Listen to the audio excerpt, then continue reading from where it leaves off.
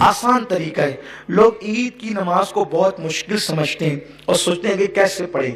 آسان سی بات ہے، ہم نے 2 رکعت نماز پڑھنی ہے اور اس کی نیت اس طرح کرنی ہے، نیت کی میں نے نماز عید الفطر واجب ادا کرنے کی، واسطے اللہ کی، منہ میرا کعبہ شریف کی طرف، پیچھے سے امام کے 6 تکبیروں کے ساتھ۔ اگر آپ اس طرح نہ کہہ سکیں، زبان سے نہیں ادا کر سکیں، تو آپ صرف دل میں یہ نیت کریں، دل میں سوچ لیں کہ میں اللہ کے لیے عید کی نماز پڑھ رہا ہوں، بس اتنا کافی ہے۔ اس لیے کہ الفاظ کے اتار چڑھاؤ کے محتاج بندے ہیں، اللہ رب العزت تو دل کے جذبات کو بھی جانتا ہے۔ دل میں جذبات بعد میں پیدا ہوتے ہیں، وہ علیم بذات الصدور پہلے جانتا ہے کہ آپ کے دل میں جذبات کیا پیدا ہوتے ہیں، اور دل میں صرف سوچ لیں کہ ہم اللہ تیرے لیے عید کی نماز ادا کر رہے ہیں اور ہم نے اس کی نیت کی ہے۔ اس کے بعد جو ہے تکبیر تحریمہ ہوگی، یعنی امام جو ہے وہ کانوں کی لو تک ہاتھ اٹھا کر کے تکبیر کہے گا، جو پہلی تکبیر ہوتی ہے۔ آپ نے بھی تکبیر تحریمہ کہہ کر ناف کے نیچے ہاتھ باندھ لینا ہے۔ امام صاحب ثنا پڑھیں گے، آپ نے بھی ثنا پڑھنی ہے۔ ثنا پڑھنے کے بعد ہمارے معمول سے ہٹ کر 3 تکبیریں ہوگی۔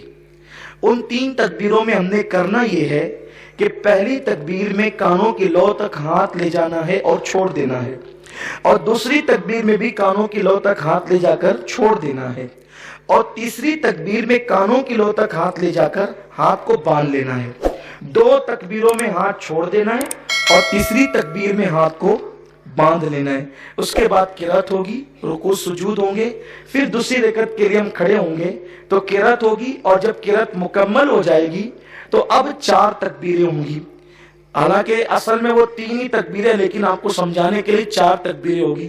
3 تکبیروں پر آپ کو کانوں کی لو تک ہاتھ لے جا کر کے چھوڑ دینا ہے، اور چوتھی جو تکبیر ہوگی وہ ہماری رکوع کی تکبیر ہے، اس لیے ہمیں اس میں کان کی لو تک ہاتھ نہیں لے جانا ہے، بلکہ اللہ اکبر کہتے ہوئے سیدھا رکوع میں چلے جانا ہے۔